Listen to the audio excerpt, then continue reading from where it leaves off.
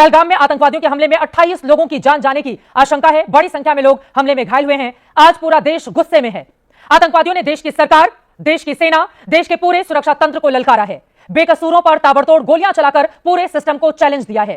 कि अगर तुम गैर कश्मीरी हो, हिंदू हो, तो कश्मीर में बसने की बात तो दूर, कश्मीर घूमने का ख्याल भी अपने दिमाग से निकाल दो। कश्मीर में तुम गैर कश्मीरियों का घूमना भी बना है। गलती से आ भी गए तो हम तुम्हें नाम पूछ पूछ कर धर्म के आधार पर गोली मारेंगे। आतंकवादियों ने देश को खुला चैलेंज दिया है कि 370 हटाने के बाद भी हिम्मत है तो कश्मीर के हालात बदल कर दिखाओ। यह ओपन चैलेंज है कि कश्मीर को नया कश्मीर बनाकर दिखाओ।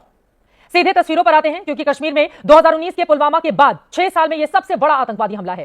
पहलगाम में आतंकवादियों की अंधाधुंध फायरिंग में 28 गैर कश्मीरी हिंदू पर्यटकों के मारे जाने की आशंका है। कई लोग घायल हुए हैं। यह कश्मीर में 90 के दशक के बाद सबसे बड़ी टारगेट किलिंग है, जिसमें पुलिस की वर्दी पहनकर 2 से 3 आतंकवादियों ने पहलगाम के एक टूरिस्ट पार्क में घुसकर देश भर से आए सैलानियों पर अंधाधुंध फायरिंग की है। आतंकवादियों ने सिर्फ यह देखा कि सारे के सारे टूरिस्ट गैर कश्मीरी हैं, गैर मुसलमान हैं।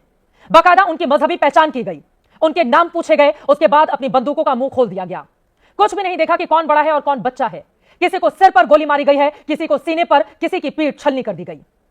50 राउंड से ज्यादा गोलियां चलाकर पहलगाम के बैसरन टूरिस्ट पार्क को खून से लाल कर दिया गया और पूरे देश में गुस्से का एक नया उबाल भर दिया है। ये कहते हैं कि आतंकवादियों का धर्म नहीं होता। अब देखना वे सारे बिल में छुप जाएंगे, नहीं निकलेंगे, एक शब्द उनके मुंह से नहीं फूटेगा। बंगाल में देख लो आप, हिंदुओं के लिए क्या तबाही मची हुई है। अब पहलगाम में देख लो, ये तो नहीं है बड़ी घटनाएं है जो सामने आ जाती है, छुटमुट घटनाएं तो वो सामने भी नहीं आ पाती भाई। मतलब उन टूरिस्टों का जो घूमने गए थे, उनका क्या कसूर था। आप पहचान करके, धर्म पूछकर, नाम पूछकर, पैंट उतरवा कर आप गोली मारोगे और अपने आप को फिर सुपीरियर साबित करोगे कि हम सुपीरियर है। जिस भी खुदा को, अल्लाह को तुम मानते हो, क्या वो ये कहने की वो देते हैं परमिशन कि जो मुझे ना माने उसको जान से मार दो?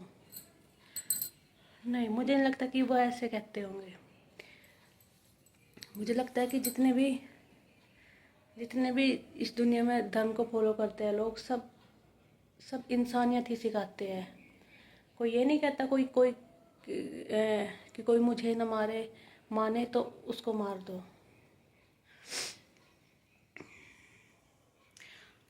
अगर दम है ना तुम में, भारत सरकार से भाई सामने की लड़ाई लड़ो। अगर तुम में जिगरा है, ऐसे पीठ पीछे निर्दोषों